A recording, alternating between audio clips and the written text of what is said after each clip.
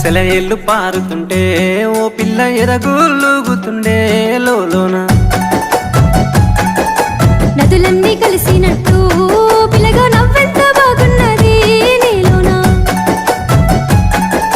గాజుల సప్పులు గలుగల్లు మోగంగా గజ్జెల పట్టీలు గంతేసి ఆడంగా వరిగడ్డి మోపు ఎత్తి ఓ పిల్ల వయ్యారి నడుము పవే ఈ వేళ సిగ్గు సింగా